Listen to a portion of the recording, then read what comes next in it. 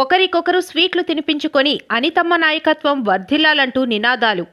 ముఖ్యమంత్రి చంద్రబాబు, ఉప ముఖ్యమంత్రి పవన్ కళ్యాణ్, రెవెన్యూ మంత్రి అనగాని సత్యప్రసాద్, హోంమంత్రి అనితకు ప్రత్యేక ధన్యవాదాలు తెలిపిన పేట నియోజకవర్గ నాయకులు. పాయికరావుపేట నియోజకవర్గ కన్వీనర్ కొప్పిశెట్టి వెంకటేష్ కామెంట్స్. అడ్డురోడ్డు కేంద్రంగా రెవెన్యూ డివిజన్ ఏర్పాటు చేయడం చాలా సంతోషం. అధికారులు కూడా ఇప్పటికే స్థలాన్ని పరిశీలించారు. ముఖ్యమంత్రి చంద్రబాబు, ఉప ముఖ్యమంత్రి పవన్ కళ్యాణ్, రెవెన్యూ మంత్రి అనగాని సత్యప్రసాద్, హోంమంత్రి అనితకు ప్రత్యేక ధన్యవాదాలు. పాయికరావుపేట నియోజకవర్గం అభివృద్ధి కోసం హోంమంత్రి అనిత నిరంతరం కష్టపడుతున్నారు. 2014 నుండి 2019 వరకు మంత్రి అనిత సారథ్యంలో నియోజకవర్గంలో అనేక అభివృద్ధి కార్యక్రమాలు చేపట్టారు. ఆర్డీఓ గారు వచ్చి ఆ స్థలాన్ని కూడా పరిశీలించడం జరిగింది. దీనికి ప్రత్యేకంగా చంద్రబాబు నాయుడు గారికి, పవన్ కళ్యాణ్ గారికి, రెవెన్యూ మంత్రి అనగాని సత్యప్రసాద్ గారికి, అలాగే ముఖ్యంగా ఈ నియోజకవర్గ అభివృద్ధి ప్రదాత, రాష్ట్ర హోం మరియు విపత్తుల శాఖ మంత్రి వంగల్పూడి అనిత గారికి ప్రత్యేక ధన్యవాదాలు తెలియజేసుకుంటున్నాం. ఎప్పుడూ కూడా ఊహించిన విధంగా ఈ ప్రాంతం అభివృద్ధి చెందడంలో మరి ముఖ్య పాత్ర పోషిస్తున్న అనితమ్మకి నియోజకవర్గ ప్రజల తరఫున, మన నాయకుల తరఫున, మన అందరి తరఫున కూడా ప్రత్యేక ధన్యవాదాలు. ఎందుకంటే ఆవిడ ఎమ్మెల్యేగా ప్రమాణం చేసిన మొదటిసారి 2014 నుంచి 19 వరకు కూడా అనేక అభివృద్ధి పనులను చూసాం. మరి అలాగే పార్టీ అభివృద్ధి కోసం 2019 నుంచి 24 వరకు కూడా అనేక పోరాటాల్లో పాల్గొని ఈవేళ కూటమి ప్రభుత్వం అధికారంలో రావడానికి ముఖ్య పాత్ర పోషించడంతో పాటు మరి మంత్రిగా ఎక్కడా లేని విధంగా, ఎప్పుడూ లేని విధంగా ఈ ప్రాంతానికి మంత్రిగా వచ్చి ఆ మంత్రి పదవితో ఏదో సరదాలు చేద్దామని కాకుండా నియోజకవర్గాన్ని అభివృద్ధి చేద్దాం, రాష్ట్రంలో ఉన్న కూటమి ప్రభుత్వ ప్రతిష్టని పెంపొందిద్దామని చెప్పి ఆవిడ ప్రయత్నం చూస్తే మాకు చాలా గర్వంగా ఉంది. మరి ఈరోజు స్టీల్ ప్లాంట్ కానీ, మరి అలాగే అనేక కంపెనీలు కానీ, టాయ్స్ కంపెనీ కానీ తీసుకురావడంలో ఆవిడ ప్రథమ పాత్ర పోషిస్తున్నందుకు ఆవిడకి మరొకసారి ధన్యవాదాలు తెలియజేసుకుంటూ, ఈ ప్రాంతం రాబోయే కాలంలో ఎంత అభివృద్ధి చెందుతుంది, లక్షలాది మంది, వేలాది మంది ఇక్కడ ఉద్యోగస్తులు రాబోతున్నారు. మరి అలాగే ఈ ప్రాంతం కూడా వ్యాపార పరంగా కూడా మరి పెరిగే పరిస్థితి ఉంది.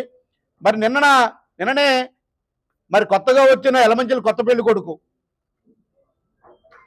ధర్మశ్రీ గారు 45 రోజులు పోరాటం చేశాం, మాకు కాకుండా అడ్రోడ్కి ఇచ్చారు, అడ్రోడ్లో ఏముందని.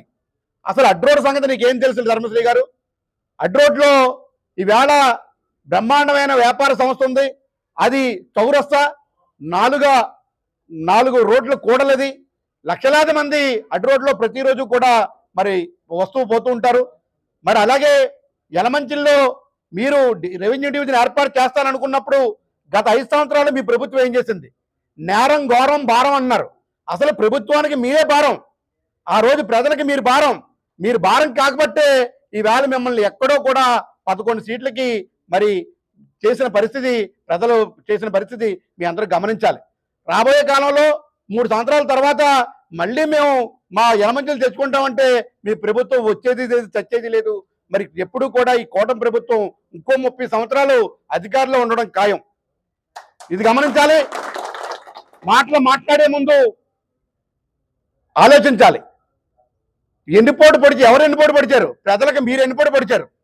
అండి ఇస్తామని చెప్పి ఏమీ ఇవ్వకుండా పప్పు బెల్లాలు ఇచ్చి అభివృద్ధిని అంగంలో తొక్కేసి మీరు మాత్రం మరి బ్రహ్మాండంగా ఎదిగారు తప్ప మరి ఎక్కడా కూడా ఈ ప్రజల అభివృద్ధి కోసం, ఈ ప్రాంత అభివృద్ధి కోసం ఏనాడు కూడా మీరు మరి పాలు పంచుకోలేదని చెప్పి తెలియజేసుకుంటూ మరొకసారి మిమ్మల్ని హెచ్చరిస్తున్నాం. మరి పాకిరపేట నియోజకవర్గం గురించి కానీ, అనితమ్మ గారి గురించి కానీ, లేదా మీరు ఏ తప్పుడు మాటలు మాట్లాడితే మాత్రం 4 కోస్తామని చెప్పి తెలియజేసుకుంటూ, రాబోయే కాలంలో ఈ ప్రాంతం అభివృద్ధి చేయబోతుంది. మరి ఇన్నాళ్ళు బట్టి మీకు లేని పరిస్థితిని మీ వేళ తీసుకొస్తున్నామంటే సంతోషించాలి. యలమంచిలైనా, పాకిరపేట అయినా సరే పక్క నియోజకవర్గాలు, అన్నదమ్ముల వల్లే మేమందరం కలిసి ఉంటాం. ఒకప్పుడు పాలమానపేట నుంచి నర్సీపట్నం ఆర్టీ ఆఫీస్కి వెళ్ళాలంటే సుమారుగా 65 కిలోమీటర్లు వెళ్ళవలసి ఉండేది. ఇవాళ మరి దగ్గరగా పవన్ కళ్యాణ్ గారు ఏకమవి మన అడ్రోడ్ జంక్షన్ ని ఆర్డీఓ కార్యాలయంగా ప్రకటించడం చాలా హర్షణీయం. ఎందుకంటే ఎలక్షన్ లో ఇవ్వలేని హామీలు కూడా ఈ రోజు మన నియోజకవర్గంలో తీసుకురావడం అనేది చాలా శుభ పరిపాలన. ఎందుకంటే ఇక్కడ స్టీల్ ప్లాంటే కానివ్వండి, ట్రాయ్ కంపెనీ కానివ్వండి, అనేక కంపెనీలు తీసుకొచ్చి మంచి నియోజకవర్గాన్ని అభివృద్ధి పథంలో నడిపించడమే కాకుండా ఈరోజు డివిజన్ అంటే ఈరోజు నర్సీపట్నం వెళ్ళి ఆర్డీఓ ఆఫీస్కి వెళ్ళి అంత దూరం వెళ్ళిన తర్వాత వాళ్ళు ఉంటారో తెలియని పరిస్థితిలో ఈరోజు మన నియోజకవర్గంలోనే డివిజన్ ఏర్పాటు చేయడం చాలా ఆనందదగ్గ విషయం. నేను ముందే చెప్పాను మేడం గారికి, గత 2 years బ్యాక్ ఆ అనే అక్షరం అమ్మ చాలా స్పీడ్గా ఉంటుంది. ఎందుకంటే ఆ అంటే అంబానీ, ఆ అంటే అనితమ్మ, ఆ అంటే అచ్యుతాపురం, ఆ అంటే అడ్రోడ్, ఆ అంటే అబద్ధం, ఇవన్నీ కూడా ఆ అనే అక్షరాలు చాలా స్పీడ్గా వెళ్తున్నాయని చెప్పాను. అందులో భాగంగా ఈరోజు అడ్రోడ్ ఆ అనే అక్షర పదం ఉంది కాబట్టి అభివృద్ధి పథంలో దూసిపోతుంది. చాలా సంతోషంగా ఉంది. అదే రాయవరం మండలంలో నేను భాగస్వామ్యం కలగడం నాకు చాలా సంతోషంగా ఉంది. ఇలాగే ఇంకా ఆ పక్క నియోజకవర్గ ఇన్ఛార్జ్ ఆయన చెప్తాడు, ఈ రోజు గుర్తొచ్చిందంట అమ్మమ్మ గారు ఊరంట, పుట్టిన ఊరంట, ఎక్కడ ఎలమంచిలి. మరి ఇన్ని సంవత్సరాల రాజకీయ చరిత్రలో ఎలమంచిలో ఎందుకు పోటీ చేయలేదని మేము సూటిగా అడుగుతున్నాం. ఆయన కుళ్ళండి. ఈ రోజు హోమ్ మినిస్టర్ గారు ఇక్కడ ప్రాతినిధ్యం వహించడం వల్ల మన ఆగ్రాపేట నియోజకవర్గానికి ఆర్డీఓ ఆఫీస్ రావడం జరిగింది. మీకు ఏమైనా చెయ్యాలని అభిప్రాయం ఉంటే గతంలో ప్రభుత్వం మీదే కాబట్టి మీరు ఎందుకు చేయలేకపోయారని నేను ప్రశ్నిస్తున్నాను. అలాగే ఇలాంటి మరిన్ని అభివృద్ధి కార్యక్రమాలు మన